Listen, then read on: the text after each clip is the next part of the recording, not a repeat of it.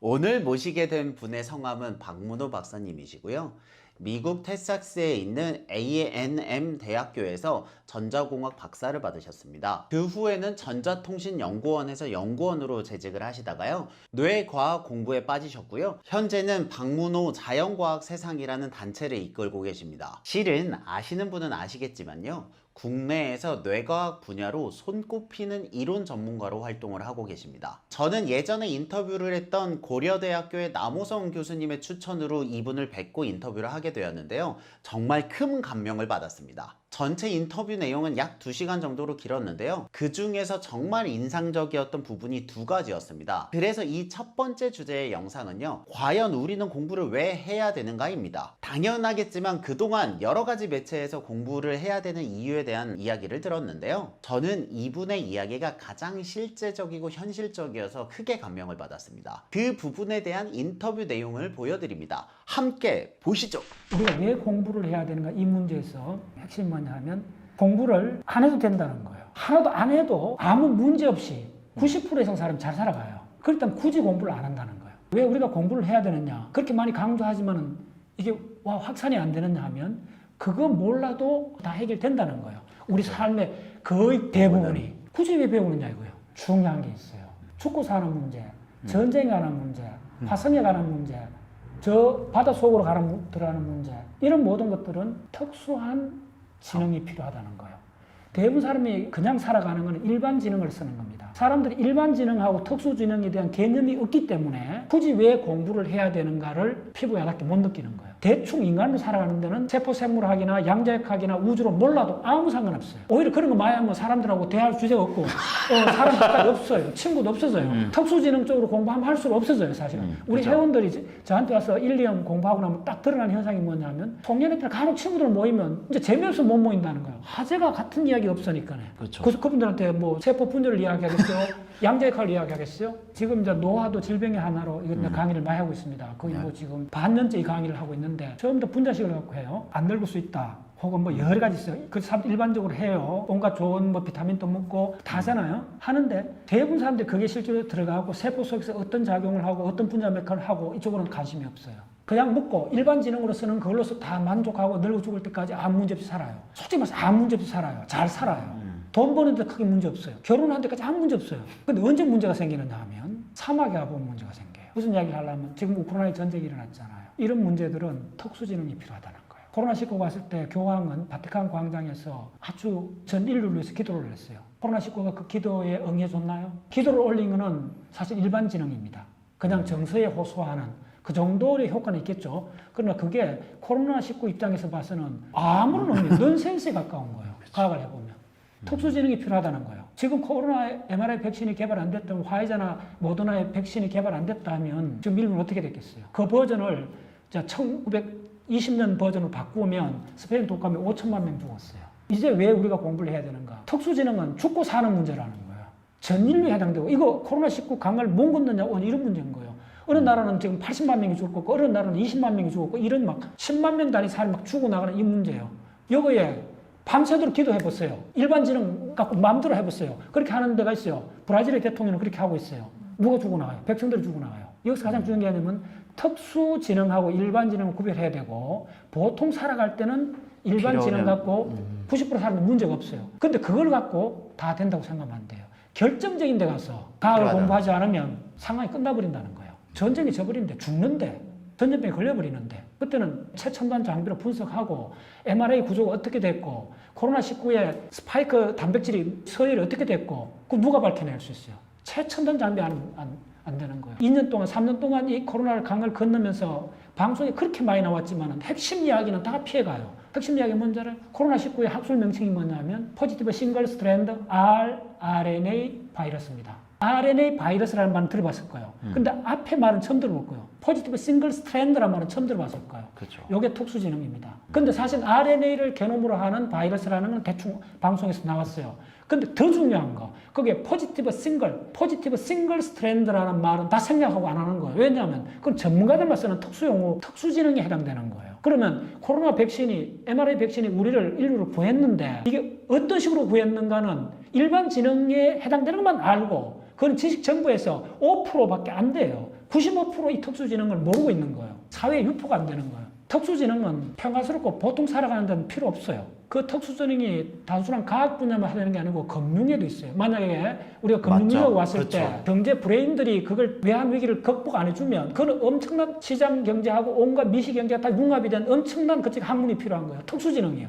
결정적인 순간이 도래하는 게 점점 빨라진다는 거예요. 자, 대략 5, 6년 전에 AI 혁명이 일어났잖아요. 2012년대 토론토 대학에 윌턴이라는 교수가 썼는 논문 한 편이 딥러닝이라는 이익을 전 세계를 뒤덮어버리고 있잖아요. AI 혁명이. 그리고 코로나19가 왔죠. 요런 오는 촘촘하게 오는 요 주기가 우리가 100년 전하고 지금하고는 다르다는 거예요. 그래서 지금은 일반 지능 갖고는 메까 넣기에는 이것들이 너무 빨리 오고 있다는 거예요. 50년만 시기를 돌리면 우리나라 사람의 80%는 농업에 종사했어요. 우리가 어떤 사람이 농업에 종사하는 사람이 1년 동안 필요한 정보량은 몇 개가 안 돼요. 파종하는 거, 수확하는 거 몇 개가 안 돼요. 근데 지금은 그런 정보 양도 중요하지만 특수지능에 대한 지식이 없으면, 특히 지도자들이나 사회 지배계층이 특수지능에 대한 지식이 없으면 전쟁에 져요. 수십만 명이 죽어요. 특수지능은 엄청나게 시간이 들고 이 특수지능을 어떻게 잘하는가, 다른 말하면 과학 공부를 어떻게 잘하는가가 제가 30년 동안 하도를 갖고 있던 사람이에요. 왜 사람들이 과학을 어려워하고 하는가? 일단 살아가는데 필요 없기 때문에 안 하는 거예요. 필요 없이 느껴지니까 안 하는 거예요. 다르게 뒤집으면 그거 없이도 잘 살아가는데 굳이 내가 그 어려운 걸 왜 해? 이렇게 되는 거예요. 근데 지금은 상황이 그렇지 않다. 그렇지 않다는 거예요. 공부를 해야 된다라는 이유를 이렇게 직설적으로 생명과 연관지어서 말씀해 주시는 경우를 처음 들었습니다. 대부분의 경우는 내가 잘 살고 뭐 결혼을 잘하고 좋은 배 이런 얘기를 하지, 이거를 안 해서 뭐 코로나19에 대한 항체를 못 만들면 인구가 얼마나 죽고, 실은 비트코인도 그렇고 가상화폐도 그렇고 이런 흐름이나 유동량들을 잘 조절 못하면 나라 경제가 파탄이 날 수 있는데, 그런 걸 관장하는 건 특수지능이고, 특수지능을 획득하려면 엄청나게 많이 노력해야 된다. 그래서 특수지능에 대한 용어는 주로 논문에 나오고 각 교과서에서 나오기는 하는데 일반인들이 접해보지 못해요. 그 다음에 매스미디어가 책이든 방송에서도 이거 유포가 안 되는 거예요. 지식이 이온화돼 있어요. 특수지능은 철저히 감춰주는 쪽으로 가 있어요.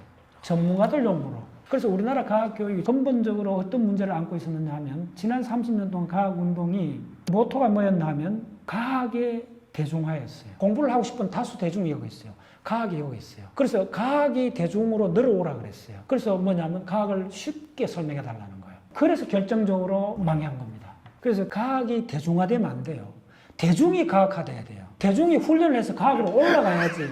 과학이 움직이면 안 돼요. 그럼 어떻게 되느냐 하면요, 비유를 들어줘가 설명을 해요. 내가 이걸 30년 강의해서 얻는 건데 뭐냐면 비유를 들어줘가지고 쉽게 설명해줘요. 그럼 나중에 물어보면 어려운 이론은 다 잊어버리고 비유밖에 기억을 하지 못해요. 비유를 들어주는 거는 일정 부분 짧게 이렇게 해주고 도입부에 애프타이저로 해주는 거는 좋은데 자꾸 그걸 요구를 해요. 그럼 비유를 계속 들어줘요. 그러면 비유하고 은유로 가득 찬 브레인을 갖고 있는 거예요.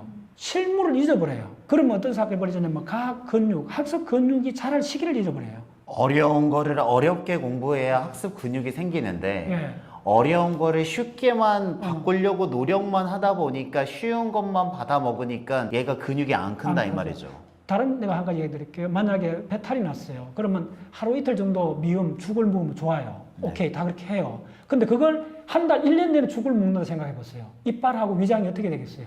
이게 총체적인 문제입니다. 그래서 학습 근육이란 말을 제가 오랫동안 썼어요. 이 학습 근육을 키우는 요점은 뭐냐 하면, 흔히 이제 다 우리가 알고 있죠. 자기 주도적으로 해야 돼요. 이 자기 주도적 학습은 뭐 이거는 어떤 교육 전문가도 이건 명확한 겁니다. 근데 왜 자기 주도적 학습이 핵심인가, 그 배경을 이해를 하셔야 돼요. 자기 주도적이란 말은 뭐냐 하면 자신감입니다. 자신감을 가지면 탐색을 할 수가 있습니다.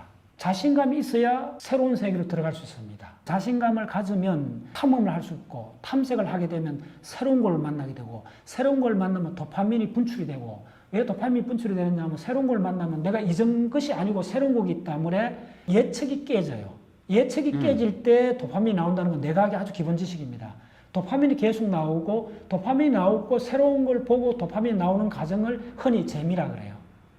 탐색을 해야만이 재미를 느껴요. 재미를 느끼면 이거는 선순환 구조로 가요. 내가 새로운 세계에 들어가 재미를 느껴갖고 일정 기간 지나면 습관화가 되잖아요. 그러면 또 탐색을 하게 돼요. 근데 이 탐색은 자신감은 첫 번째 뭐냐면 안정감에서 와요. 이게 안정감에서. 무슨 이야기냐면 누구나도 탐색하는 게 아닙니다. 그래서 이게 애착 이론의 가장 중요한 이론 중에 하나가 애들이 엄마 어릴 때 사랑을 풍부히 받은 애들이 나중에 굉장히 모험심이 강해져요. 왜 그러냐면 엄마라는 항구가 있다는 거예요. 안전한 기지가 있다는 거예요. 사람이 탐색하는 거는 자기가 돌아올 수 있는 안전한 기지가 있어야 돼요. 그 기지는 습관화해서 만들어져요. 습관화해서 만들어지면 그 다음에 안정감이 생길 때 그걸 자신감이라 그래요. 그 자신감은 반드시 안전한 기지가 있어야 자신감이 생겨요. 그래서 그 안전한 기지는 어디서 얻느냐, 뭐 훈련, 반복, 습관. 그게 형성되고 나면 다시 새로운 탐색, 자신감이 있으니까요. 탐색을 하면 모르는 세계를 만나죠. 모르는 세계를 만나면 예측이 깨지고 도파민이 분비되고 재미를 느끼는 거예요. 이게 자기주도적 학습의 기본 사이클입니다. 그 핵심 키워드는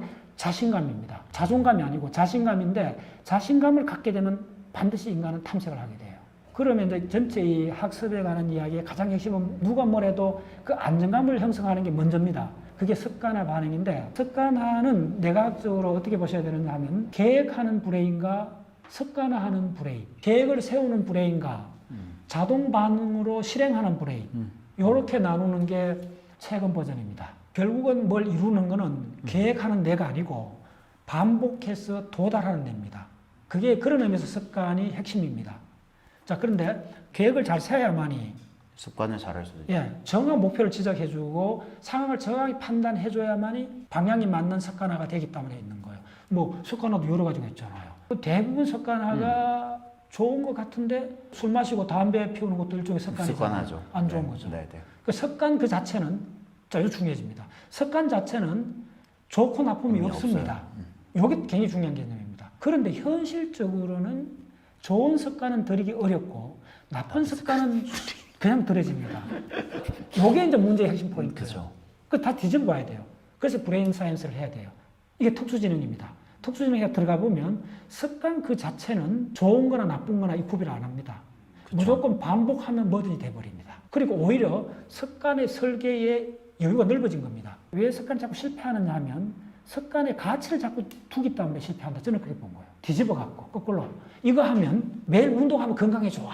매일 영어 단어 10개 외우면 영어 잘하게 돼. 다 알죠. 근데 실제로 그렇게 안 해요, 사람들. 이 괴리감을 설명해야 돼요. 습관이라는 건 브레인에서 자동 반응이면 다 습관화되는데 인간이 과도하게 의미를 부여해갖고 습관에 방해를 놨다는 겁니다. 그래서 습관을 들이려면 게임처럼 하라는 거예요. 게임은 뭡니까? 가치가 안 들어가 있는 거예요. 그냥 즐기는 거잖아요. 습관의 설계를 할 때 과도하게 부모가 누가 이거 하면 좋기 때문에 한다. 그렇게 접근하면요. 우리 브레인은 영악해갖고 반작용이 일어납니다. 무의식상에. 그렇게 접근하지 말고 이거는 게임이야. 이거 그냥 한번 해보는 거야. 이거는 나는 뭐 결과가 어떤지 상관 안 해. 그냥 한번 해보고 싶어. 실험이야. 의미를 주면 줄수록 그 습관에 대한 프레셔가 높아지기 때문에 반발이 생긴다 이거죠. 가치를 주지 말라는 거예요. 제가 몇 가지 모토가 있는데 첫 번째 모토가 뭐냐면 어디 서물라고 공부하지 마라. 어디 서물라고 그냥 공부하라. 그러면 어떻게 되느냐면 심각해지지 않아요. 그러면 게임처럼 공부를 할 수 있어요. 심리적 장벽을 없애버리는 거예요. 대부분 사람들이 이걸 하면 물론 이제 이걸 잘 보셔야 되는데 물론 단장이 무슨 직업훈련 같은 뭐 이렇게 하는 데는 목적이 있고 해야 되죠. 그 이야기가 아니고 사람한테 한 중요한 걸 들어가야 되잖아. 양자역학, 생체 심리학, 생리학, 뭐 연력학 이런 거 공부를 해야 되는데 어디 서물라고 하지 마라고 하면 인간은 그냥 즐길 수가 있어요. 그냥 즐기라는 거예요. 그러면 싫으면 그냥 안 하면 되는 거예요. 그냥 좋으면 하면 되는 거예요. 일체 가치를 두지 말라는 거예요. 여러분들 지난 1편 박문호 박사님의 공부는 왜 해야 되는가에 대한 부분 잘 보셨나요? 저는 이야기를 들으면서 나라를 진짜로 구할 수도 있는 특수 지능을 연마하기 위해 우리가 공부해야 된다는 말씀에 큰 감명을 받았습니다. 이제 두 번째 영상은요, 뇌과학의 관점에서 가장 효과적으로 공부할 수 있는 방법에 관한 논의입니다. 실질적으로 보면 이것은 암기에 관한 내용이기도 한데요. 암기라고 생각하면 우리가 그동안 이해가 없는 상태로 암기를 한다는 건 굉장히 죄악시 여겼잖아요. 그런 관점에서 실제로 뇌과학을 오랫동안 연구하신 박문호 박문호 박사님의 의견은 매우 흥미로웠거든요. 이 내용을 보시면요, 그동안 우리가 생각하고 있던 공부라는 활동의 개념에 대해서 다시 돌아볼 수 있는 계기가 될 거라고 생각합니다. 여러분들에게 정말 큰 도움이 될 거라고 확신하시고요. 이 영상 지금 같이 보시겠습니다. 가시죠. 아니, 저게 애트리 박사가 연구소 없이 이렇게 한 사람이 어떻게 주입식 암기 교육을 이렇게 강조하느냐. 저 사람 기억력 자랑하는 거 아니냐.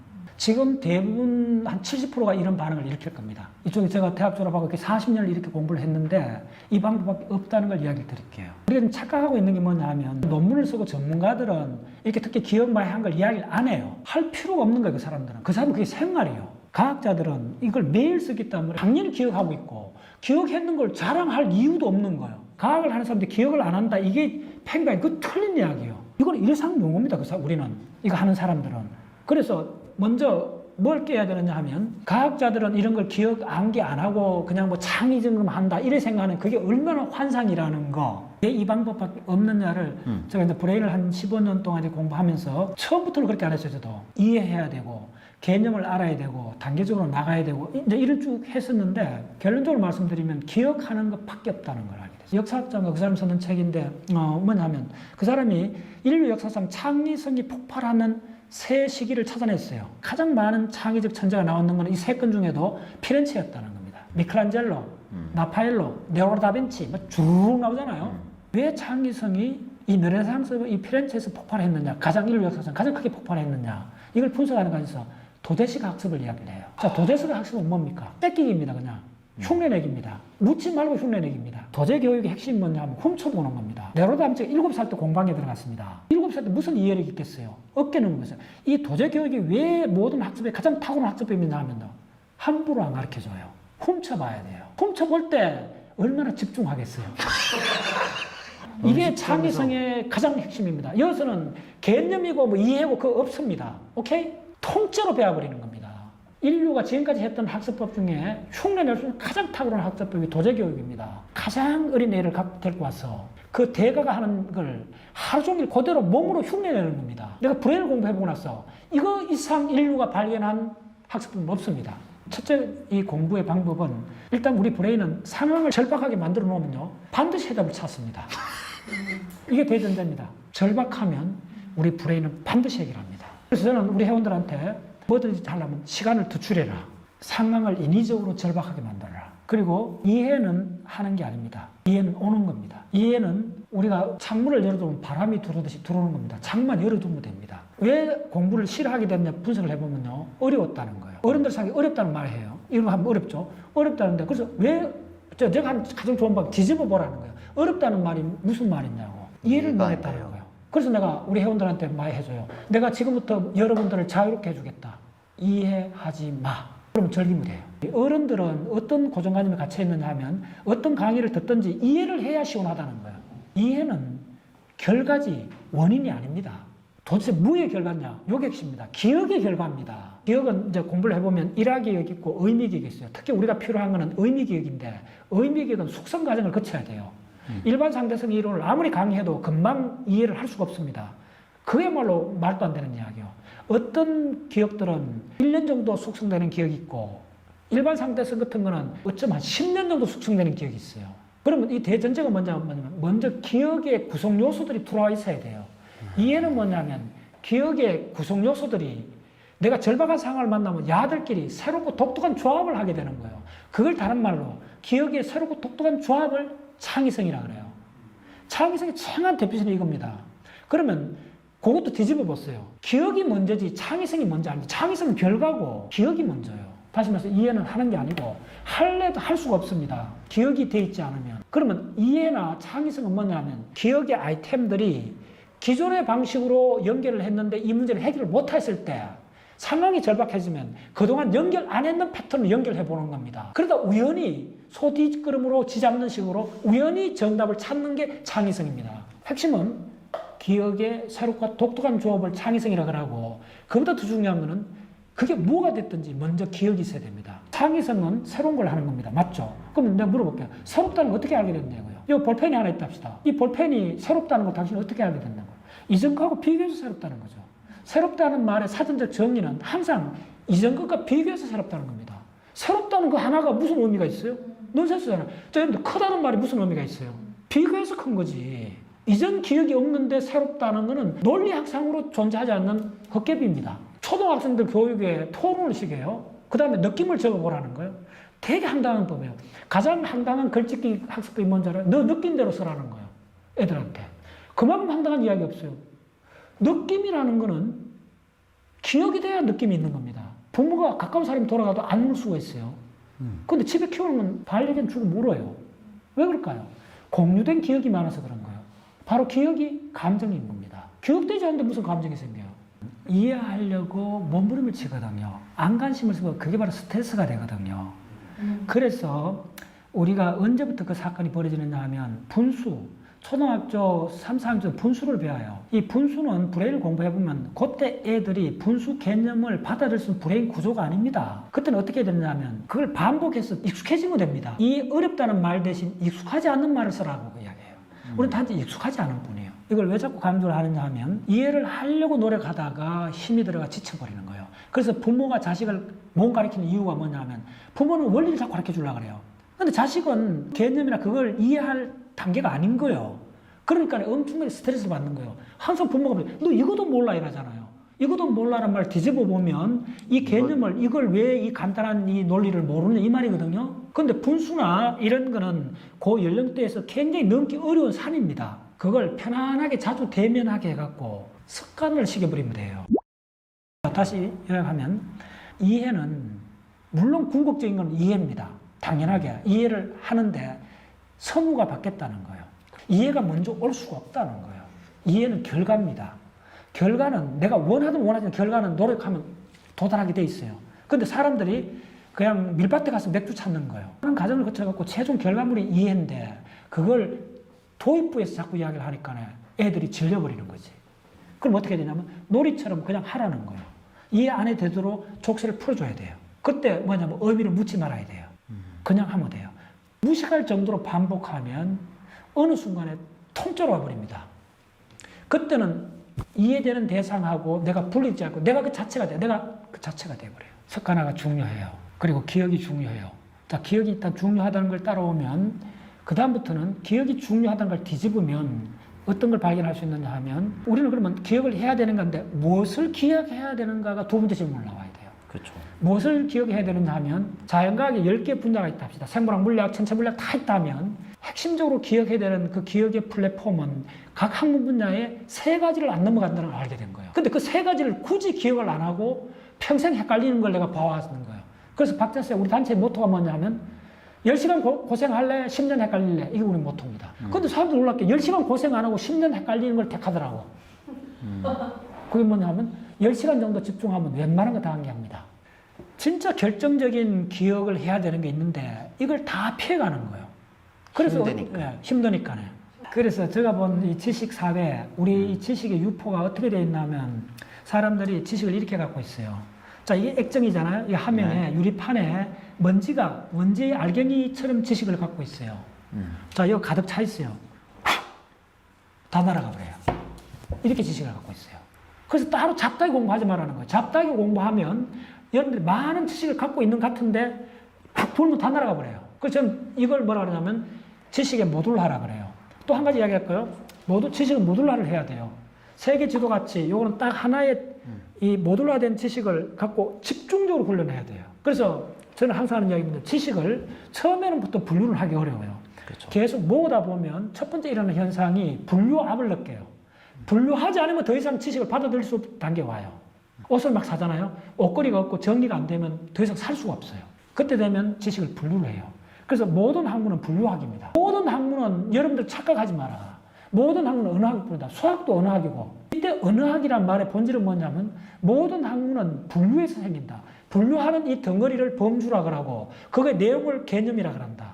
그래서 우리는 개념이 없으면 세계를 볼 수가 없습니다. 세계는 창문입니다. 인간은 결코 개념을 넘어설 수가 없습니다. 뉴욕타임즈를 쭉쭉 읽을 수 있는 미국의 일반인들이 30%가 안 된대요. 뉴욕타임즈 같은 게 왜 권위가 있느냐면 그 쓰는 용어가 굉장히 고급 용어를 씁니다. 오케이? 자, 여기서 굉장히 중요한 게 용어, 고급 용어, 대부분 학술 용어들입니다. 고급 용어, 아까 내가 적었던 거 보였죠? 그 전부 학술 용어잖아요. 이 고급 용어를 기억하는 게 공부의 이해력의 창의성의 본질이고 핵심입니다. 그 위에 없습니다. 그런 의미에서 저는 모든 학문은 언어학이라고 보는 사람입니다. 학문은 단어를 기억하는 겁니다. 그런데 의미나 이해는 뭐냐면 단어가 의미고 이해입니다. 큰 착각을 하고 있는 거예요. 자, 단어가 뭡니까? 사랑이라는 단어 누가 해석합니까? 사랑이 사랑이지 뭐야. 사과라는 단어가 뭡니까? 사과라는 거는 처음에 파랗고 익으면 빨갛게 되고 그 모든 속성을 사과라는 단어 속에 다 집어넣었잖아요. 그럼 우리가 사과를 하면 그 모든 속성을 자연적으로 나열할 수 있습니다. 그 모든 속성은 우리가 굳이 기억할 필요가 없잖아요. 사과를 묵어보면 알잖아요. 그리고 사과라는 단어 속에는 그 수식까지 특질이 다 알알이 박혀 있는 겁니다. 자, 그러면 왜 기억해야 되는가? 내각적으로 설명드릴게요. 이게 뭐지 물어보는 거예요. 왜 이렇게 기억을 해야 되지? 그럼 기억이 뭐지? 기억은 왜 진화해왔지? 이 문제입니다. 필요했기 때문에 진화해왔죠. 기억이란 단어가 사랑이란 단어, 행복이란 단어 생긴 지 얼마 안 됐어요. 행복이란 단어는 일본 사람이 만든 단어예요. 몇백 년 안 됐을 거예요. 근데 기억이란 단어는 2000년도 넘었어요. 그럼 기억이라는 게 인류한테 굉장히 중요한 상황이었어요. 근데 이게 오면서 많이 변질이 된 거예요. 특히 이 우리나라에서 겉멋이 들어갔고 기억을 폄하하는 이게 최근 30년 동안 우리나라 학습을 망쳐버린 거예요. 내가 봤더니 기억이야말로 창의성의 본질이라는 거예요. 근데 사실은 기억이란 말하고 가장 내각을 해보면 가장 근접한 말이 뭐냐면 감정입니다. 자, 여러분들 감정은 왜 진화되어 왔을까요? 지금부터는 기억이란 말 대신 감정이란 말을 써요. 제가 할 때 막 어떤 데 흥분하기도 하고 막 확 이렇게 하잖아요. 왜 그럴까요? 기억이 있어서 그런 거예요. 회의를 해보면 사람들이 점잖게 이야기를 안 해요. 처음에는 사람들 캐릭터가 저래서 그런 거나 그런지 알았어요. 근데 내가 점점 관찰해봤더니 편안하게 뭐든지 이야기해도 좋습니다. 마이크를 줘도 이야기를 안 해. 난 점잖은 줄 알았어요. 나중에 알고 봤더니 간단해요. 할 이야기 없었던 거예요. 기억이 없었던 거예요. 전체로 보면 큰 줄기는 기억이 창의성이다. 왜 그러냐 하면 창의적으로 되려면 근본적으로 뭘 하고 싶어야 되는 거예요. 그게 자발적 학습이라 그러고 그게 자신감이고 그게 탐색을 하게 되고 탐색 과정에서 새로운 걸 발견하면 도파민이 생겨갖고 피드백이 되고 선순환 구조가 간다. 그렇게 해야겠죠.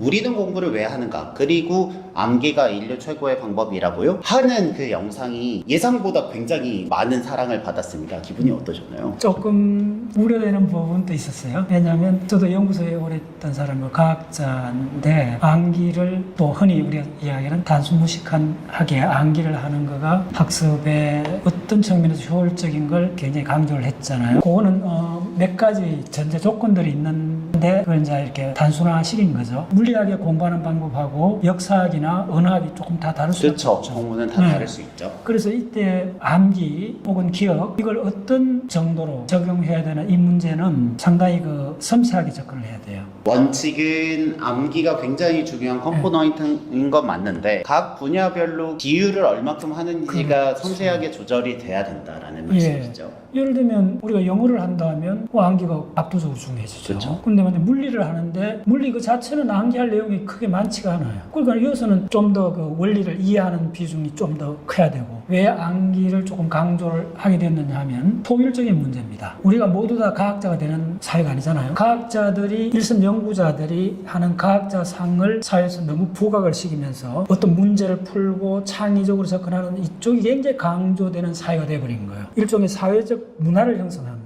최근에 어떤 자료를 봤더니 창의적이라는 단어가 언제부터 있었느냐 여기 어느 책자에서 나오더라고요. 멘탈이 무기다라는 그 책에 저도 조금 놀랐는데 우리 창의성이라는 게 굉장히 중요하기 때문에 이게 아마 그리스 로마 시대부터 있지 않았느냐. 근데 그 책에서 밝혀놓은 게 창의성 이 개념이 언제 출현했나 하면 그 프랑스의 포앙카레라는 그 유명한 수학자가 있어요. 그 아인슈타인하고 그 무렵에 굉장히 탁월한 수학자인데 포앙카레가 자신이 그 연구에서 굿 아이디어가 나왔을 때를 5단계로 나눠서 자기 스스로 정리를 해본 거예요. 자기도 너무 그런 단계들이 있으니까요. 그걸 자기 옆에 있던 어떤 작가가 그걸 책으로 쓴 거예요. 그러다가 포앙카레는 아마 1900년 초에 이렇게 활동한 사람인데 그때까지도 크리에이티브 창의성이라는 단어가 없었어요. 그런데 1970년도에 그 무렵에 수학자 화이트헤드가 그 책을 쓰면서 그때 처음으로 크리에이티브라는 단어가 지구상에 출현하게 된 거예요. 1970년대? 네, 저도 깜짝 놀랐어요. 그래서 제가 얼마 안 됐네요. 레퍼런스를 발표했습니다. 되짚어보면 우리 사회에서도 창의성이 이렇게 확 사회에 전면에 부각된 거는 16밖에 안 됐는데. 네, 그래서 우리가 중고등학교 때 그런 이야기를 거의 들어본 적이 없는데 우리가 흔히 창의성이라고 하는 게 도대체 뭔가 이제 오랫동안 그런 관심이 있었죠. 이 과학문화운동을 하면서 현실적으로 뭘 느꼈나 하면 특히 어른들 40대, 50대, 60대, 70대 분들이 주로 저한테 강의를 많이 들어요. 그분들이 이렇게 자연과학을 접하면서 4시간짜리 강의 조금 어렵긴 한데 다 듣고 나면 몇 번 듣다가 안 나타나는 사람들이 많아요. 물어보면 어렵다는 거예요. 뭐가 어렵냐 물으니까 이해가 안 된다는 거예요. 꼭 어렵다는 게 본질이 뭐냐 물어봤더니 이해가 안 됐다는 거예요. 이게 아주 일반적인 패턴으로 제가 10년 동안 이런 걸 관찰을 하면서 이해는 들어가서 조금 숙달해야 이해가 되는데 들어가기 전에 첫 강의를 듣고 어려워서 튕겨져 나가는 이 현상을 보고 아 이거는 방법론을 달리해야 되겠다. 그래서 제가 만들어낸 방식이 뭐냐면 자 그러면 여러분들 스트레스 받지 말라고 어떻게 이해하지 마세요. 그냥 몸에 익혀요. 네. 이런 용어가 있다. 네. 물리학에 이런 용어가 있으니 일단 뭐 눈, 코, 입이 있어야 이해를 하든가 말든가 하니까 그렇죠. 그 부분에 대한 스트레스를 너무 받지 말고 일단 용어를 익히면 네. 그 용어들이 몸에 붙고 나서 그때 다시 트라이해도 돼요. 라는 말인 거죠. 현장에서 방법론상 어쩔 수 없이 채택한 방법이에요. 제가 자연과학 분야의 이 공부에 들어오는데 조금 맛을 느끼고 이해에 도달할 정도면 사실은 많은 암기를 요구하지 않아요. 의외로 너무 간단한 몇 가지 암기 사항조차도 주입 암기 교육이라고 뿌리치는 이 사회 현상을 보고 저는 이건 참 아니다. 그래서 제가 지난번에도 주장했던 것이 모든 학문을 이렇게 한번 보자. 모든 학문을 언어학이라고 보면 여러분들은 알파벳만 알면 일단 단어를 쓸 수 있고 책을 읽을 수가 있다. 그럼 요구되는 게 각 자연과학 분야의 알파벳만 기억하시라. 그거는 방법 없이 암기를 해야 되는 거죠. 자, 그러면 물리학의 화학의 알파벳은 다 아다시피 주기율표입니다. 네, 주기율표. 그 다음에 생물학의 알파벳은 아미노산하고 DNA 분자 구조 같은 것들입니다. 그래서 제가 봤더니 지질학이든 천문학이든 생물학이든 양자학이든 이게 이 각각 학문에 들어가는 기본 알파벳, 기본 핵심 키워드는 10개를 안 넘어간다는 걸 알게 된 겁니다. 많지 않다. 참으로 많지 않다는 게 놀라울 정도인데 그러한 것들을 안 외우고 이해하고 노력하다가 못 들어간다. 못 들어. 자, 예를 들어주겠습니다. 물리학의 가장 그런 키워드 중에 하나가 엔트로피라는 게 있습니다. 경제학에도 쓰고 사회 일반적으로도 엔트로피를 말 쓰는 일반적인 말이 됐는데 자, 여러분들 만약에 이해를 진짜 그렇게 끝까지 주장하는 분이 있다면 제가 물어보고 싶습니다. 그러면 엔트로피라는 그 물리적 개념, 물리학에서 연력학에서 시작했는 이 엔트로피라는 개념을 당신은 철저히 이해할 수 있느냐고. 이거는 굉장히 중요한 이야기입니다. 다시 이야기하면 에너지나 엔트로피나 이런 중요한 물리학 개념은 이해가 되는 것이 거의 박사학위 할 정도로 계속 이렇게 가는 겁니다. 예를 들면 생명이 무엇인가 여러분들 이해하실 수 있습니까? 이거는 사실은 좀 심하게 말씀드리면 불가능에 가까운 문제입니다. 왜냐하면 생물에 대한 데피니션이 몇 번 바뀌어온 거죠. 그렇죠. 대표적으로 서점에 가면 여러분 유전자란 개념에 관한 책이 나와 있습니다. 멘델이 처음 유전자를 개념을 이야기했을 때 그 개념하고 지금 개념은 엄청 달라져 있거든요. 우리가 이해한다고 했던 그 개념 자체도 바뀌어서 데피니션 자체가 변하는데 어떤 현상이나 개념이나 뭐 그게 무슨 어떤 사회적인 부분에 대해서 100% 이해를 하는 것 자체가 불가능하다는 거죠. 예, 특히 이게 왜 중요하냐면 핵심 개념들, 특히 이제 물리나 수학에서는 그 핵심 개념을 꼭 이해하도록 심지어 막 그거에 대한 스트레스를 엄청 학생들이 느끼고 있잖아요. 근데 그 핵심 개념, 수학에서는 극한이라든지 이런 들어가는 많은 개념들이 궁극적으로 그걸 알려면 박사학위가 그 개념 자체가 픽스되는 것이 아니고 그것 개념 자체도 변하는 거예요. 그래서 물론 조금 제가 단순화시킨 면도 있지만은 각 분야마다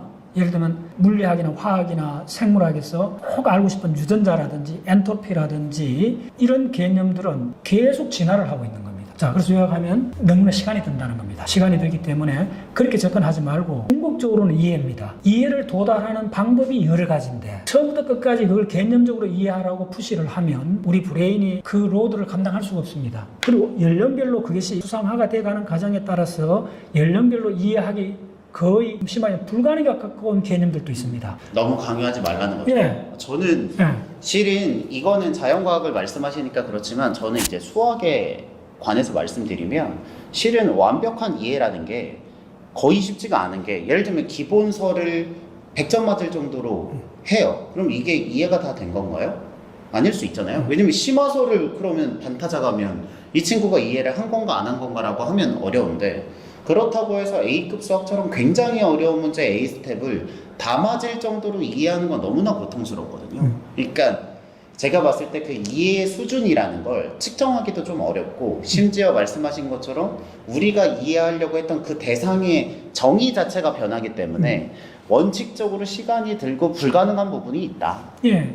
그걸 그렇죠? 제가 관심 있는 그 브레인 사이언스 관점에서 기억을 보면 기억은 처음에는 일화 기억으로 시작됩니다. 일화 기억은 내가 경험했는 언제 어디서 내가 경험했는 그것이 일화 기억이 됩니다. 하루 종일 우리 하는 일화 기억이죠. 그 일화 기억이 대뇌 피질에서 계속 쌓이면 그 공통 부분이 범주화됩니다. 그러면 의미 기억으로 바뀝니다. 그 의미 기억을 계속 살아가면서 계속 인출해 갖고 보면 그 의미 기억이 습관으로 바뀌는 절차 기억으로 바뀝니다. 다시 요약하면 우리가 하는 모든 기억은 1차적으로 일화 기억입니다. 일화 기억이 의미 기억으로 바뀌고 의미 기억이 절차 기억으로 바뀌는데, 지금 이해를 위주로 밀어붙이는 것은 곧장 의미 기억만 강조를 하는 겁니다. 그러면 예를 들면 초등학생이 분수 개념을 어렵다 하면 아예 처음부터 절차 기억으로 들어가면 된다는 겁니다.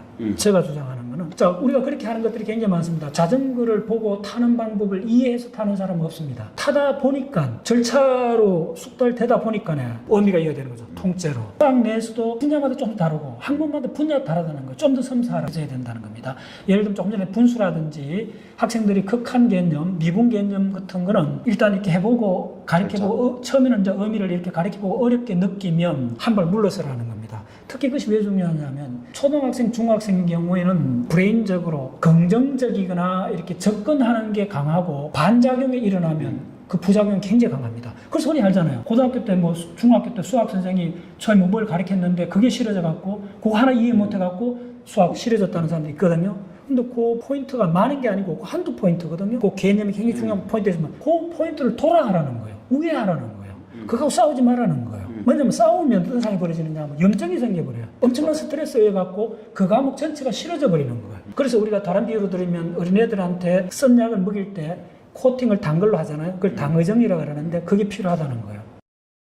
그러한 관점에서 암기와 이해를 지난 영상에서는 굉장히 축약해서 말했지만 그 본질을 따지면 암기와 이해를 좀 세분화해야 되고 모든 과목을 100% 이해로 하기엔 현실적으로 불가능한 부분이 있으니 이렇게 우회하는 방법도 있으면 좋겠다. 전반적인 좀 구체적인 학문 분야에 대해서 이해하고 암기 비율을 제가 간단히 말씀 한번 드려보겠습니다. 예를 들면 역사 같은 거는 암기가 한 70%라고 보면 언어학 같은 경우는 암기를 거의 한 90%로 봐야 돼요. 이걸 자꾸 헷갈렸기 때문에 그냥 우리가 대학까지 나와도 생활영어도 못하는 상황이 벌어진 거예요. 이건 90% 암기로 바꿔야 돼요, 영어는. 그런데 만약 물리학에다가 암기를 90% 하는 건 이건 넌센스예요. 물리학에서는 이해가 좀 더 시간이 들더라도 이해 위주로 하는 게 맞아요. 그러면 물리학에서는 암기할 내용도 몇 개 없어요. 제가 봤을 때는 20% 정도면 돼요. 근데 화학 같은 경우는 사실 암기가 한 50%로 봐야 돼요.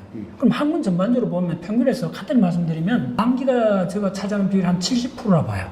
또 이 비율보다 중요한 게 뭐냐면 본인이 앞으로 과학자가 되거나 이래 가는 사람은 좀 시간이 들더라도 이해의 관문을 통과하는 그 훈련을 해야 돼요. 그 사람들은 그게 굉장히 중요해요. 근데 그걸 너무 일반화해갖고 역사학 하겠다는 사람한테나 언어학을 하겠다는 사람한테는 기본적으로 들어가는 정보량이 많잖아요. 그 디테일 팩터를 어느 정도 섭렵하지 않고 그 분야에 들어가게 되면 어떤 그 분야의 패턴이 보이지가 않아요. 오마이 사이언스 핵심입니다. 이게 무슨 핵심이냐 하면 어떤 분야든 우리가 통찰을 얻으려면 기본적 그 패턴들이 있어야 되는데 그 패턴의 구성 요소들이 있어요. 즉, 영어책을 수립을 하면 영어 단어를 적어도 한 10,000단어 정도 이런 수준까지 가야 되잖아요. 그 기본 팩터예요. 그런 부분까지는 돼야 된다 라는 말씀으로, 그래서 여기까지가 이제 지난 영상에 대한 답변이셨고요. 이번에 실은 새로운 책인 빅 히스토리 공부를 이렇게 쓰셨습니다. 아, 이게 보면 우주의 탄생부터 인간 이식의 추력까지 처음부터 끝까지 전 지구의 역사를 다루는 책을 내셨는데요. 이렇게 많은 분야를 공부하셨기 때문에 누구보다 더 학습에 대한 이야기를 하실 수 있지 않을까라는 생각을 해봅니다. 그리고 나서 이제 교수님께서 사전에 말씀하실 때 학습에 있어서 가장 중요한 첫 번째 키워드가 작업 기억이라고 하셨어요. 이게 워킹 메모리 맞으신 거죠? 어떤 의미일까요? 이건 조금 브레인에 관한 내용인데, 작업 기억은 우리가 살아가는 그 현재 자체를 구성하고 있는 겁니다. 우리가 운전을 하거나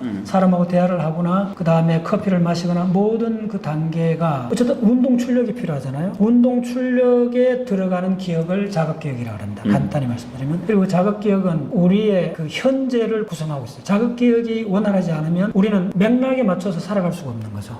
예를 들면 친구가 악수하겠다고 손을 냈는데 내가 손이 나가야죠. 네. 안 그러면 큰 신뢰가 되잖아요, 문화적으로. 네.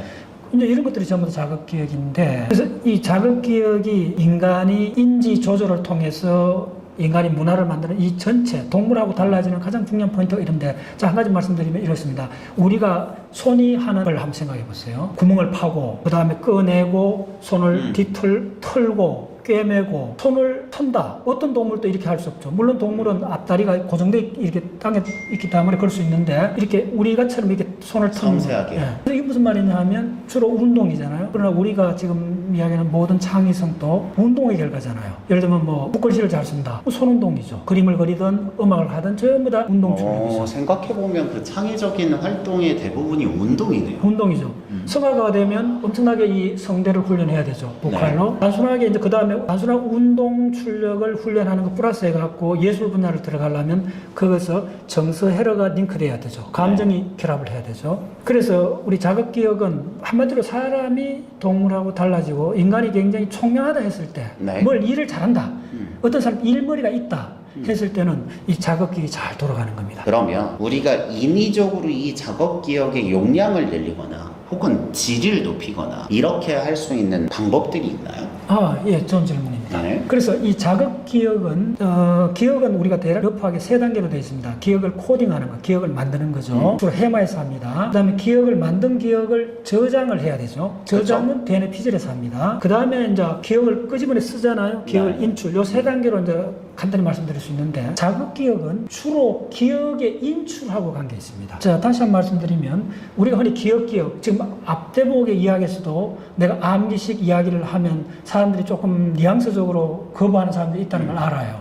근데 우리 단어가 갖는 그 정서적 뉘앙스 때문에 그래요. 우리가 기억을 해놔도 불러오지 못한다면 의미가 없죠. 굉장히 넌센스죠. 그래서 가장 핵심은 뭐냐면 기억을 불러오는 이 과정인데 기억을 불러오는 걸 최근의 학습법이나 이 브레인 러닝 분야에서 주목하고 있는 것이 뭐냐면 학생들이 공부를 했을 때 성적하고 능력하고 가장 결부되는 기억의 팩터가 뭔지 봤어요. 그래서 어떤 실험이 있었냐면 시험을 치기 전에 시험 한 열흘 앞두고 A그룹, B그룹, C그룹을 나눠갖고 A그룹은 토론을 막 시켰어요.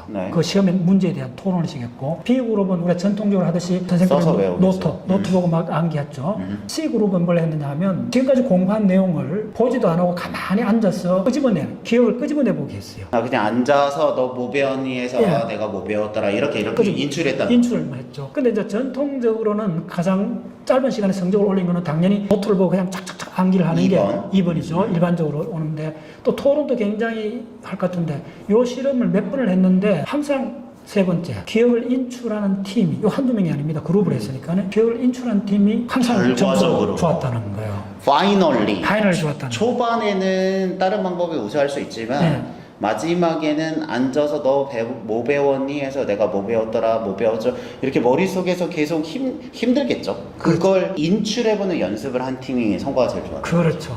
그게 왜 그러냐면 인출이라는 게 하다 보면 구멍이 생기잖아요. 그렇죠. 그러면 우리가 이어서 인지 로드가 걸려요. 그걸 찾으라고 이렇게 할 때 그 찾는 그 구멍 빠진 걸 딱 끼워 넣었을 때 도파민이 확 분비돼서 엄청난 쾌감을 느낍니다. 또 하나는 자기 스스로 물리 이론이든 뭐든 하나의 그 전체를 불러갖고 자기가 딱딱 끼 맞춰갖고 조립해갖고 하나의 그 스토리가 딱 되는 순간 그 지식의 하나의 모듈이 형성되는 거예요. 그렇죠. 그러면 어떻게 되느냐 하면 요게 우리가 흔히 이야기하는 자기 주도적 학습의 핵심입니다. 우리 이제 지금 학습하는 학습 이론가들이 대부분 학습이 가장 효과 있는 건 자기 주도적 학습이라는 건 많은 연구에서 동일하지만 그게 핵심 사안이 뭐냐면 자기 주도적이라는 뭐겠어요. 선생한테 듣는 것도 아니고 그냥 뭐 단순하게 암기를 한 것도 아니고 뭐냐면 자기가 기억해놓은 내용을 자기가 끄집어내 보는 거죠. 그때 끄집어낼 때는 항상 그냥 하는 거 아닙니다. 왜 그러냐면 이거는 굉장히 인지 로드, 브레인의 로드를 걸거든요. 하기 힘들어요. 힘든 정신작용인데 그런데 왜 하게 되느냐 하면 그게 중요한 임무, 다시 뭐 시험을 앞두고 있다든지 뭘 연구를 해야 되는지 이럴 때 중요한 그걸 태스크라 그래요. 그 태스크가 우리 자극기억에 딱 장악하고 있어요. 그 태스크가 나중에 뭐가 되느냐 하면 우리의 목적의식이 됩니다. 그래서 우리가 학업 성취나 뭐든지 사회적으로 뭘 하든지 빨리 가기 위해서는 태스크 형태로 해야 돼요. 태스크 형태로 하면 태스크는 단일한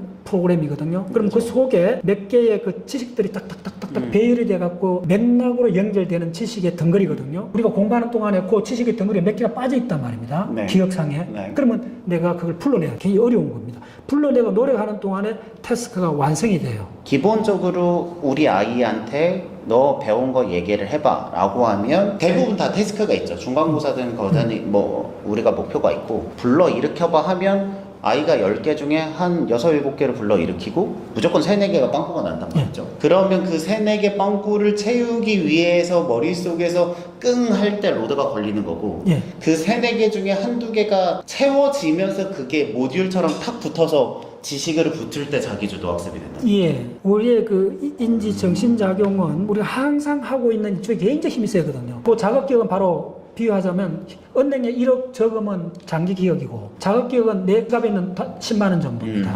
근데 실제로 내가 쓰는 거는 1억을 쓸 수 있는 게 아니고 10만 원을 갖고 하루 왔다 갔다 못 하는 거죠. 그게 태스크입니다. 태스크는 짧은 시간에 해결해야 되는 그런 문제들이 덩어리인데 우리가 하는 모든 일상은 태스크로 구성되어 있습니다. 공부도 그거에 맞춰서 태스크로 구성을 하라는 거예요.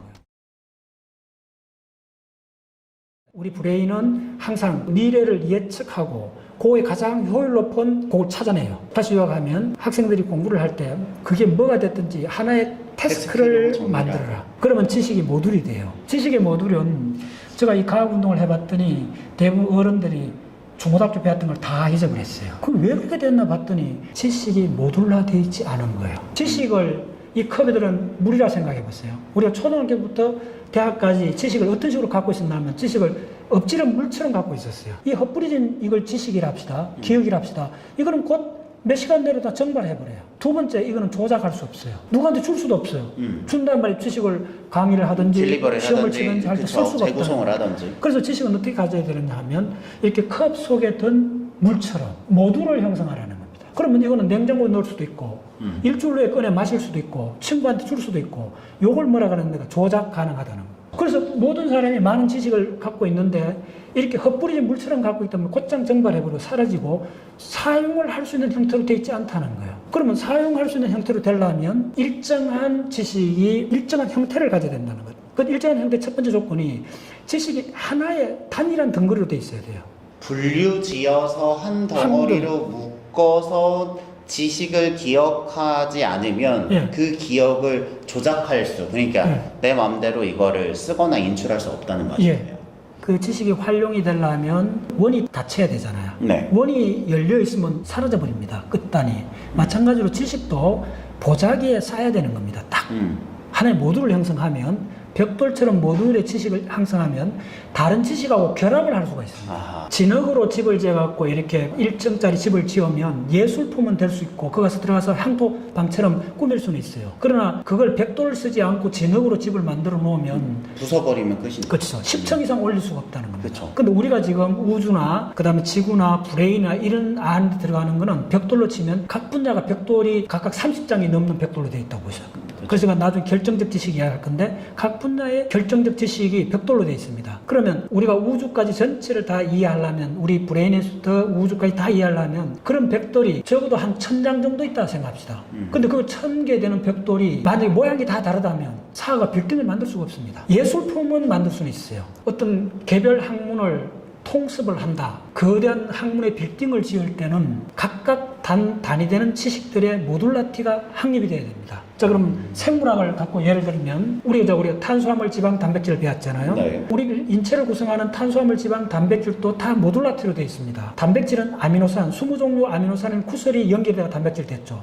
그러면 아미노산이 벽돌 하나입니다. 그 벽돌을 여러 가지로 만든 형태가 단백질이 되는 거고 네이처가 실제로 그렇게 되어 있으니까 모든 학습의 대원칙은 자연의 구조가 있기 때문에 우리 공부도 구조를 가져야 된다는 겁니다. 우리는 자연 속에 있는 거잖아요. 우리 브레인도 자연 속에서 진화되어 왔기 때문에 자연이 구조가 있기 때문에 우리 브레인도 구조를 갖게 되는 거예요. 그래서 구조와 구조를 마주보는 거예요. 그럼 간단히 벽돌 찾기를 하면 되는데 그래서 저는 그 벽돌 하나하나를 모든 학문 분야의 결정적 지식이라고 하고 그 결정적 지식을 갖고 제가 사실은 10년 이상 강의한 내용인데 물리학, 이게 이제 우주, 그 다음에 지구의 생명의 진화, 그리고 인간 브레인의 진화를 요 4개의 카테고리로 해서 한 권의 책으로 썼습니다. 이 소개는 전부 다 결정적 지식으로 되어 있어요. 가장 핵심이 바로 그겁니다. 이어서 또 우리 브레인이 하는 작용 중에 가장 놀라운 것은 사실은 상상입니다. 운동에서는 어떻게 보느냐? 운동에서는 행동이 됩니다. 우리 인간의 행동은 구성적으로 되어 있습니다. 구성적으로 되어 있다는 말이 뭐냐면 이게 레고 블록처럼 조립 쌓기도 하고 분해도 할 수 있다는 겁니다. 우리 인지의 가장 핵심은 구성적 행동, 그 다음에 이거 조금 학술적 용어인데 일화기억적 미래 사고라는 게 있습니다. 뭐 어렵게 이야기하지 말고 그거는 상상입니다. 자, 우리가 이 상상이라는 게 얼마나 중요하냐면 상상은 다른 말로 예측인데 그렇죠. 우리가 하는 모든 거가 자, 우리가 하는 운동은 잘 생각해 보세요.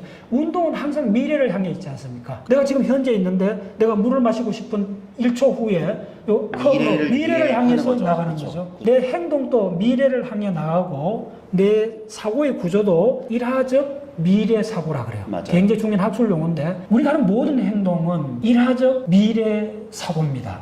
왜냐하면 나는 현재에서 미래로 나가고 있잖아요. 내 사고에서 생기는 행동도 내 주먹이 나가는 거는 지금 현재에서 앞으로 나가는 거잖아요. 그래서 모든 게 그러니까 현재에서 미래로 투사되고 있는 겁니다. 자, 그런 관점에서 다시 한번 말씀드리면 우리 행동에서 가장 중요한 것은 우리 행동이 구성적으로 되어 있다는 겁니다. 컴포넌트로 되어 있고 그 컴포넌트가 결합을 해서 하나의 단일한 태스크를 만들고 그 하나의 단일한 과제, 태스크는 그 부분들이 있다는 겁니다. 그래서 아까 그 기억 인출이 굉장히 중요한 이유는 뭐냐면 그 부분들이 만약 하나의 태스크가 10개의 부분으로 되어 있다면 우리가 10개를 다 암기하기 어려워요.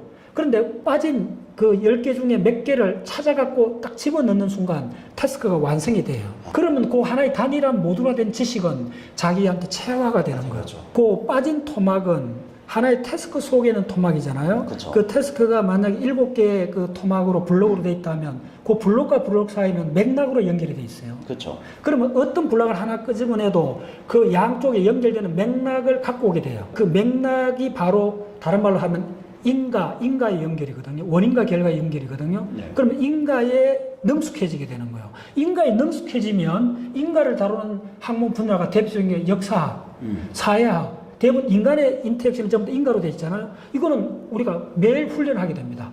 다시 한번 이야기 드리면 왜 기억 인출이 그렇게 파워풀한 학습법이냐 하면 기억을 인출하려면 반드시 맥락을 살펴봐야 되는 거고 맥락을 이용해서 그 기억을 인출하게 되는 거거든요. 네. 그럼 맥락에 능숙해지면 그 학생은 다시 말해서 사물의 이치, 역사에 일어나고 있는 그 원인과 결과를 잘 이해해야 그렇죠. 그 기억을 인출하기가 쉽고 예. 이 기억을 인출하는 과정에서 원인과 결과를 파악하기 때문에 컴포넌트리 완성돼서 하나의 태스크가 완결이 되면 그 지식은 오래 갈 수밖에 없는 게 그 지식을 끌어내기 위한 인과관계를 다 파악하고 있다는 증거겠죠. 그게 핵심입니다. 그래서 요약해드리면 우리의 행동의 핵심은 구성적이라는 겁니다. 마찬가지로 우리의 사고장도 구성적으로 되어 있습니다. 그래서 브레인 안에 배외적 전전두엽이라는 영역이 있는데 이 영역은 constructive thinking이라고 그래요. 구성적 사고를 합니다. 물론 우리 브레인에서 사고가 구성적 사고 말고 그래픽 사고가 있습니다. 사진을 찍듯이 기억하는 사고가 언제 나오냐면 우리가 밤에 꿈꿀 때 시각적 이미지를 그냥 불러오잖아요. 그림으로 세상을 보는 여기 이제 좀 자폐증 구석기대 우리 선조나 동물들이 전형적으로 하는 게 시각적 사고를 주로 합니다. 이건 좀 많이 밝혀져 있고 우리는 이제 언어를 쓰면서부터는 어떤 사고로 갔느냐 하면 구성적 사고로 갔습니다. 자, 언어를 한번 보세요. 언어는 this is pen, is this pen? 의문하고 서술은 주어 동사를 바꾸면 서술에서 음 바꾸지잖아요. 네. 순서를 바꾼다는 게 구성적인 겁니다. 그렇죠. 언어가 순서가 있다는 그 말이 바로 언어는 구성적이란 말입니다. 구성적 언어로서 우리는 사고를 하게 됩니다. 그래서 우리 사고는 구성적으로 되어 있기 때문에 다시 말하면 그 구성 요소, 그걸 제가 모듈이라고 그래요. 그래서 모든 학문도 구성적으로 봐야 돼요. 그럼 구성적으로 보면 각 학문의 그 벽돌에 해당되는 모듈이 있고 그 모듈이 많지가 않다는 겁니다. 물리학이든 생물학이든 암석학이든 생화학이든 각 자연과학의 모듈은 결코 10개를 안 넘어가요. 그 10개도 안 되는 모듈을 여러분 이제 물리학의 엔트로피라는 모듈이 있다 합시다. 그걸 이해하기는 굉장히 어렵다는 거예요. 그 모듈은 절차 기억으로서 익숙해지라는 거예요. 10대밖에 안 되니까. 그러니까. 이게 만약에 모듈이 제가 수백 개 된다면 이 학습법을 권하지 않아요. 모듈이 심지어 생물학 같은 거 어떤 데 보면 한 5개밖에 없는 데도 있어요. 박사님 말씀을 요약하면 모든 지식은 모듈화되어 있고 그 모듈들을 하나씩 컴포넌트들을 각 분야 10개밖에 없으니까 10개, 여기 10개, 10개 이렇게 붙여서 지식을 쌓으면 이런 책을 쓸 수 있는데 사람들이 그 모듈을 이해하다가 이제 세월이 끝난다는 거니까. 예. 제가 관찰한 게 바로 그 점이기 때문에 제가 굉장히 기억을 강조를 하게 된 거예요. 예, 이거는 어쩔 수 없는 효율성을 위해 갖고 모듈이 굉장히 많다면 권할 수가 없어요. 모듈이 봤더니 의외로 각 분야 10개밖에 안 되고 10개 미만이고 근데 그 모듈은 사실은 보통 사람들이 그 모듈을 자꾸 이해하려고 들은 거예요. 근데 그 모듈 자체는 그 학문의 결정적 지식이기 때문에 근데 제가 말씀드리면서 좀 궁금한 게 그 모듈의 개수는 사람의 레벨 그러니까 학습 수준에 따라서 개수가 달라질 수 있을 것 같아요. 만약에 박사님은 저는 조금 이게 고민이 되는 건 이미 다 체득을 해봤기 때문에 돌아서 보니까 이게 10개밖에 안 되는 걸 알았어요. 근데 내가 처음 배우는 사람이면 이게 10개인지 20개인지를 아예 모를 거잖아요. 그러면 그런 사람들은 이게 모듈이 10개구나라는 그 깨달음까지 가려면 어떻게 해야 되나요? 그걸 이제 흔히 말해서 벤치마킹이라고 그래요. 네. 경영학에만 있는 것이 아니고 자연과학도 순차적으로 밟아오른 경우도 있지만은 어른인 경우는 벌써 추상적 사고를 많이 해본 사람들이잖아요. 네. 그런 사람들은 처음부터 밟아갈 필요 없어요. 자연과학을 안 해도 중간에 딱 들어가고 벤치마킹을 해갖고 누가 어떤 사람이 먼저 한 걸 그대로 저 다시 요약하면 이런 말입니다. 제가 모듈이나 결정적 지식 학습법을 오랫동안 10년 이상 거의 한 15년 정도 강조를 해왔는데 우리 박문호 자연과학 세상 회원 우리 단체 회원이 10,000명이 넘습니다. 11,000명쯤 되는데 그 어른들을 대상으로 많은 실험을 해봤어요. 브레인을 하나도 이해를 못하는 사람들한테 약속을 한 거예요. 브레인 단면 구조 10개를 그릴 수 있다면 여러분들은 거의 1년 브레인 공부하는 것보다 훨씬 낫습니다. 당신들이 이걸 동의하면 나하고 한번 실험을 해보자 한 거예요. 1월만 모였어요. 그래서 일요일날 제가 강의하고 그러니까 일요일만 해갖고 한 8번 일요일을 했어요. 하고 했더니 놀랍게도 30명 정도 시작을 했는데 27명이 끝까지 남았어요. 배웠어요. 하고 우리 사이트에 가면 그거 있습니다. 그 27명이 브레인 구조를 안 보고 10개를 아주 정밀한 제가 강의했던 브레인 구조 10개를 그 다음 거기다 영어로 그 구성 파트 이름 참 적고 그걸 다 통과했어요. 5시간 동안에 시험을 쳐서 시험 쳐갖고 예, 그래서 저는 그걸 통과하면서 하고 났더니 사람들이 아는 거야. 심지어 마지막에 뭐 눈물 흘리는 사람도 있었어요. 뭐냐면 오히려 사회에 속았다는 거야. 이렇게 하면 관문을 돌파할 수 있는 걸. 자, 또 한 가지 예를 들어주겠습니다. 물리학을 강의할 때 굉장히 어려운 우주론에 관한 겁니다. 일반 상대성 이론 참으로 어려워요. 공식들 적고 하는데 우리 회원들이 이제 다행히 묵묵히 따라왔어요. 제가 이제 그 원리를 자꾸 이야기하니까요. 근데 어떤 사건이 벌어졌나 하면 60대 중반의 여성분인데 그러니까 아예 이쪽은 아니죠. 아무도 만나본 적이 없는 거예요. 만나본 적이 그대로 없는 말씀드릴게요. 거예요. 미분적분도 배워본 적이 없는 사람들이에요. 이문적으로 택해갖고 거의 없는 사람. 근데 그게 적어도 그 나오는 그 방정식 이런 것들이 물리학과 학부에서 다루지 않고 석사 박사과정에 다루는 우주론이거든요. 일반상 다뤄야 되는데 그래서 저는 어쨌든 그런 식으로 하는 강의를 하니까 이걸 4시간짜리를 한 6번 들었어요. 끝까지 하나도 모르는 소리잖아요. 하나도 모르는 소리. 하나도 모르는 소리를 4시간짜리를 6번이니까 한 20시간 이상 버틴 거예요. 그때 한 7, 80명이 다 버텼어요. 근데 어떤 사건이 벌어졌나 하면 그 여성분이 그래서 내가 이쪽 분야 세계적 유명한 교과서 이런 거 다 알려줬어요. 했더니 그 미국의 와인버그라는 그 노벨상 받은 사람이 쓴 코스몰로지라는 북이 있어요. 그건 석박사 과정에서 다루는 텍스트북인데 수식으로 가득 차는 그 텍스트북을 샀어요, 이 사람이. 사갖고 자기가 더 넘겨봤대요. 그런데 이 책이 읽을 수 있을 것 같다는 거예요. 오마이 사이언스. 있을 수 없는 일이 벌어졌어요. 물리학과 4학년도 읽을 수 없는 책을 엄밀히 말씀드리면 그 사람이 그걸 다 읽고 그렇죠. 이해한다. 그런 차원은 아닌데. 아니지만 그 정도를 넘어서 가고 이분이 굉장히 그 환희심을 내면서 핵심은 자신감이 생겼다는 거예요. 시간을 주고 하면 내가 할 수 있다. 하고 싶다는 거예요. 그래서 제가 굉장히 큰 걸 얻었어요. 근데 다 넣어서 조금 조심해야 되는 게 있습니다. 요 메커니즘은 자발적 학습이 가능한 어른들에 해당되는 이야기입니다. 혹시 이걸 또 이게 나가갖고 중학생들이나 초등학생한테 이걸 적용하면 안 돼요. 어떤 사람은 중학생, 초등학생은 어렵고 하면 실점을 내버려요. 네, 그렇죠. 그러면 그거에 거부 반응이 생기고 나면 다시 안 보게 돼버려요. 암기나 이런 것들을 제가 굉장히 조심스럽게 이야기하는 부분이 뭐냐면 그 적응 대상, 연령, 전공 분야에 따라 다 다르다는 거예요. 이걸 너무 뭉뚱그려 이야기하지 말라는 거예요. 그래서 동의를 하는 사람한테서는 자발적 학습을 통한 짧은 시간의 암기가 그건 인류 역사가 보정한 최고의 학습법이라는 겁니다. 그걸 내가 다르게 또 한번 이야기 드릴게요. 인류 역사상 그 집단적으로 창의성이 분출한 시기가 3개가 있었다는 거예요. 첫 번째가 어디냐면 페리클리스 때 아테네. 네. 그 문화의 꽃을 배웠던 페리클리스 민주주의 아테네가 있었고, 두 번째가 어디냐면 르네상스의 피렌체. 네. 세 번째가 어디냐면 산업혁명이 일어났던 런던. 1700년도에 런던. 거기 엄청나게 그 이제 과학혁명이 막 일어났잖아요. 이 세 개의 도시에서 집단적으로 창의성이 분출해갖고 인류 역사를 바꿨는데, 이 사람의 그 책에서 핵심 이야기가 뭐냐면 이 세 집단 중에서 가장 천재가 가장 많이 나온 시기가 어디냐 했더니 나는 산업혁명 쪽으로 생각했는데 의외로 피렌체였어요.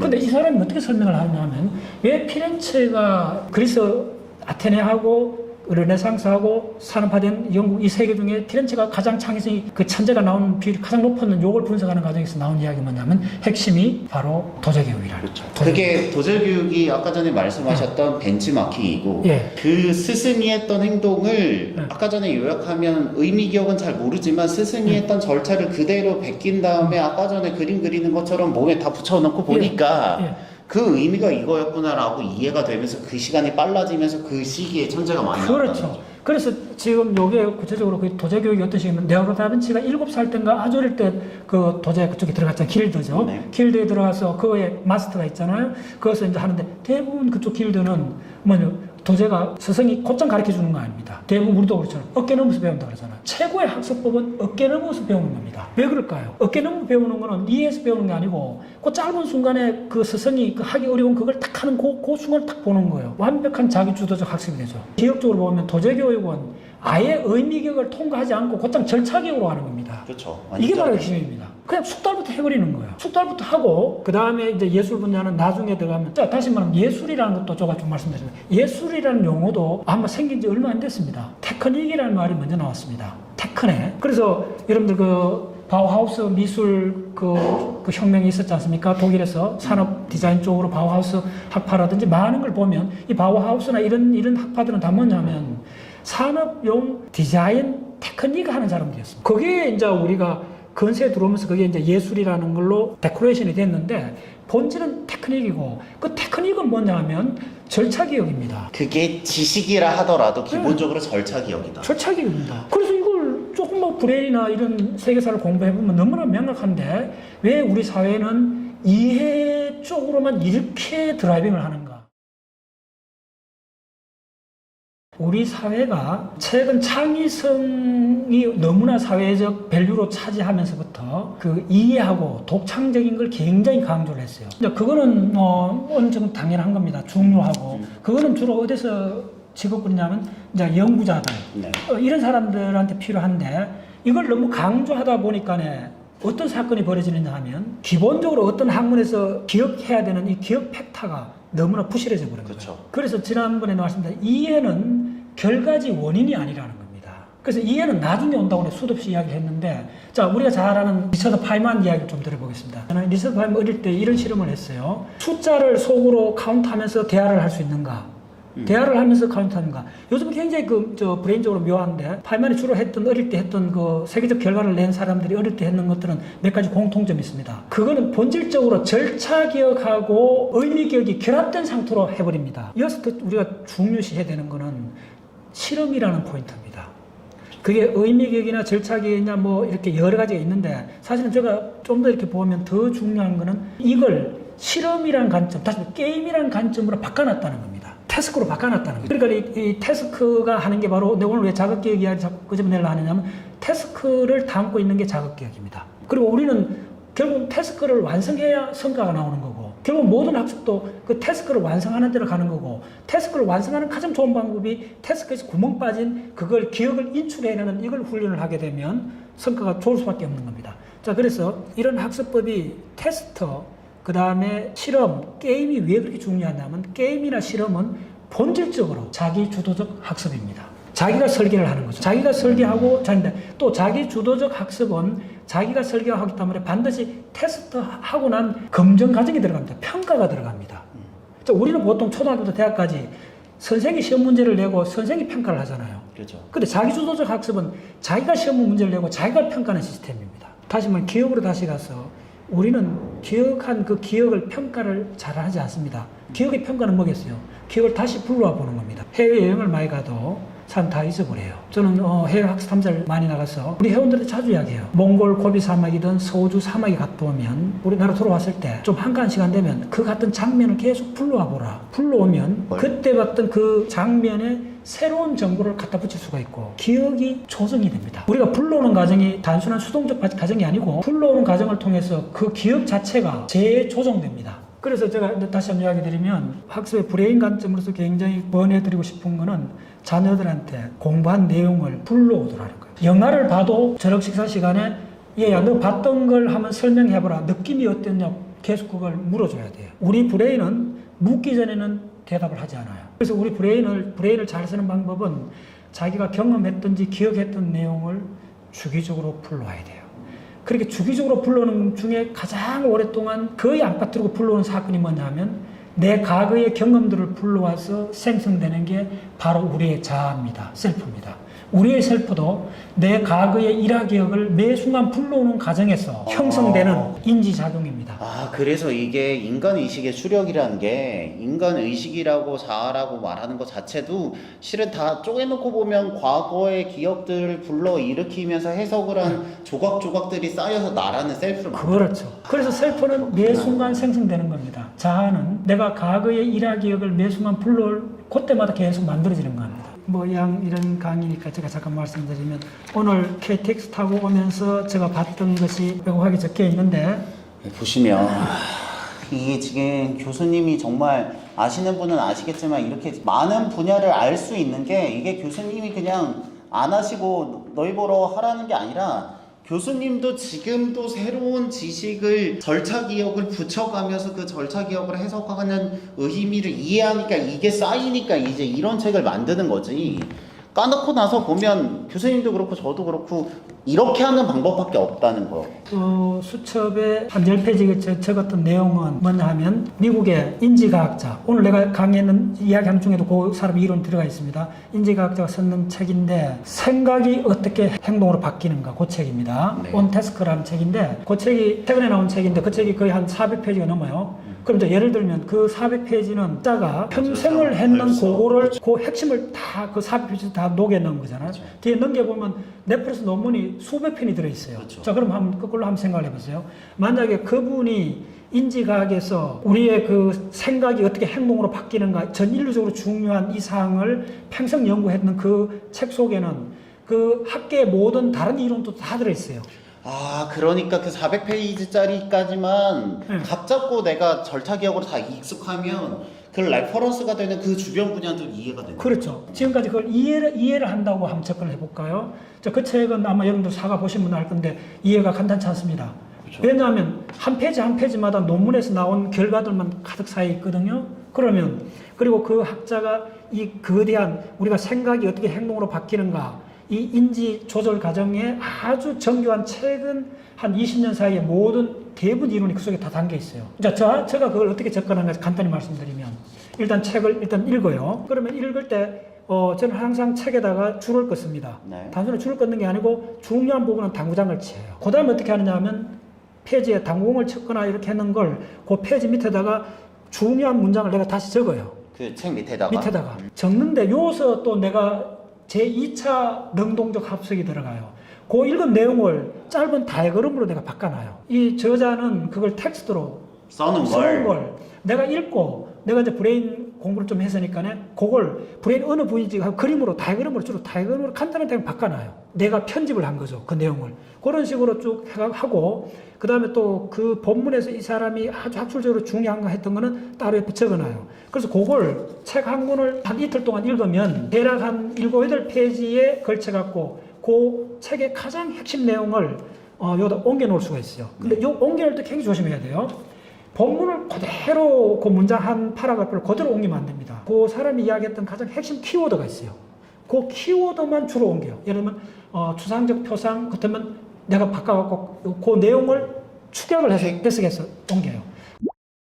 그러면 그 책 400페이지에 대한 모든 내용이 요 7, 8장 속에 거의 안 빠뜨리고 핵심 내용이 다 옮겨져요. 그러다가 내가 또 변형시킨 다이그램이 있잖아요.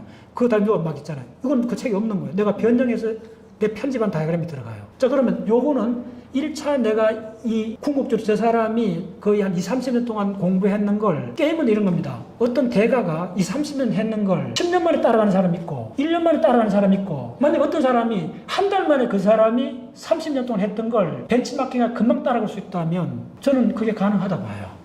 그게 가능했기 때문에 이 책이 나온 겁니다. 기본적으로 책을 읽어요. 밑줄을 치고 핵심을 적고 내 편집도 하고 일단 한 권을 다 읽었어요. 그러면 이틀, 많은 3일이면 다 읽어요. 읽었어요. 그럼 그 읽었을 때 내가 그 대가가 쓰는 전체 내용을 몇 프로 팔로우 했는가 분야마다 다른데 지금 요 책은 최근 한 20년 사이에 그 분야에 브레인 분야가 굉장히 많은데 그 분야의 탑 레벨의 학자들의 그 논쟁들이거든요. 그래서 그럼 어떻게 하냐면 새로운 개념어가 막 들어가 있어요. 굉장히 새로운 개념어, 아까 조금 이야기했지만 일하적 미래 사고라 그랬잖아요. 이 책에 나오는 내용입니다. 그러면 일하적 미래 사고라는 그 단어를 조금 긴 단어를 어떻게 해야 되느냐면요.